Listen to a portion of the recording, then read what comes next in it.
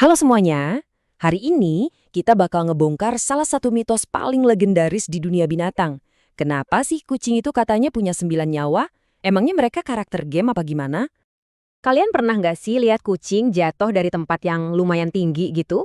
Mungkin dari atas pagar atau lemari. Terus dia mendaratnya santai banget dan langsung jalan aja gitu kayak nggak ada apa-apa? Waduh, beda banget ya kalau kita yang jatuh. Jatuh dikit aja kita udah langsung panik, ngecek-ngecek. Aduh, tulangku masih nyambung semua kan?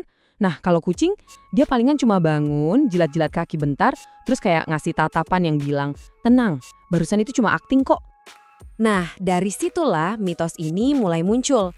Tapi pertanyaannya, kenapa harus angka 9? Kenapa nggak 3? Atau 100 saja sekalian, kayak cheat code di game, gitu kan? Yuk kita bedah bareng-bareng misteri ini. Oke, kita masuk bagian pertama ya. Jadi kenapa sih kucing bisa jatuh tapi tetap kelihatan cool dan kayak nggak kenapa-napa? Jadi gini, kucing itu ibaratnya punya toolkit bertahan hidup yang super canggih. Pertama, refleks mereka itu cepet banget. Terus tulangnya juga lentur banget. Dan yang paling gokil, mereka punya kemampuan otomatis buat muter badan di udara. Nah, kemampuan ini sebenarnya ada nama ilmiahnya loh, namanya righting reflex atau gampangnya refleks buat benerin posisi. Ini tuh kemampuan bawaan yang keren banget, yang bikin kucing bisa muter badannya pas lagi jatuh, jadi dia bisa mendarat pakai keempat kakinya. Coba deh bayangin, kalau manusia nyoba muter-muter gitu pas jatuh. Wah, kayaknya putaran selanjutnya itu di UGD rumah sakit deh. Ini nunjukin betapa spesial dan uniknya kemampuan si kucing ini. Oke, sekarang kita mundur dikit ke sejarah yuk. Sebenarnya dari mana sih datangnya angka 9 ini? Jadi, dari mana coba datangnya angka 9 ini? Apa dulu ada sensus kucing global terus ditanyain satu-satu, nyawa kamu ada berapa? Ya nggak mungkin kan? Ternyata jawabannya itu ngebawa kita jauh ke zaman Mesir kuno. Jadi di sana angka 9 itu dianggap angka keramat, angka suci, yang sering dihubungin sama dewa-dewa. Nah kebetulan kucing juga dianggap hewan suci.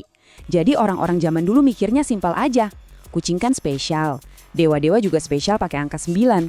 Ya udah, pasti nyawa kucing juga ada 9. Tapi tunggu dulu. Yang lebih seru lagi, mitos ini ternyata nggak sama di semua negara loh. Iya, beneran. Ternyata jatah nyawa kucing itu beda-beda di tiap negara.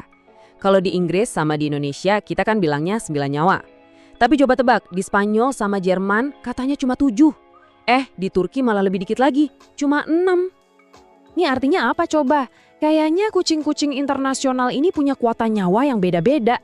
Bisa jadi kucing dari Turki lagi ngobrol, waduh, nyawaku tinggal 1 lagi nih, harus hemat. Kucing dari Indonesia nyaut, ala santai, stok gue masih banyak. Oke, cukup bercandanya. Sekarang yuk kita serius sebentar dan pisahin mana yang mitos, mana yang fakta ilmiah. Jadi kita luruskan ya, secara sains kesimpulannya tuh jelas banget. Kucing itu tidak punya 9 nyawa. Titik, itu murni cuma mitos. Faktanya, mereka itu cuma jauh lebih jago bertahan hidup dibandingin hewan lain. Yaitu tadi, berkat anatomi sama refleks super mereka. Tapi ini yang penting banget buat kita ingat. Walaupun mereka jago, kucing itu tetap bisa terluka, bisa sakit, dan bahkan bisa mati kalau jatuhnya parah banget. Mereka sama sekali nggak kebal. Jadi please banget jangan pernah ada yang mikir, gak apa-apa lah dilempar dikit nyawanya kan banyak. Wah itu salah besar. Kalau mikirnya gitu, itu bukan lihat kucing sebagai makhluk hidup, tapi sebagai mainan. Padahal mereka harus kita sayang kan? Jadi kesimpulannya gimana? Mitos 9 nyawa ini datang dari 3 hal. 1. Kelincahan kucing yang emang luar biasa. 2. Dari sejarah Mesir kuno dan angka keramat mereka. Dan 3. Ya simpelnya, dari kekaguman kita sebagai manusia ngeliat hebatnya mereka. Intinya, dan ini yang paling penting, kucing itu nggak punya 9 nyawa. Dia cuma punya 1 nyawa yang berharga dan tugas kita semua buat ngejaga nyawa yang 1 itu.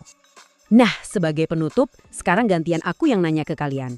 Coba dong tulis di kolom komentar, kucing kalian pernah jatuh atau lompat dari tempat paling tinggi di mana? Penasaran banget nih. Makasih banyak ya udah nonton. Sampai ketemu lagi di pembahasan seru berikutnya.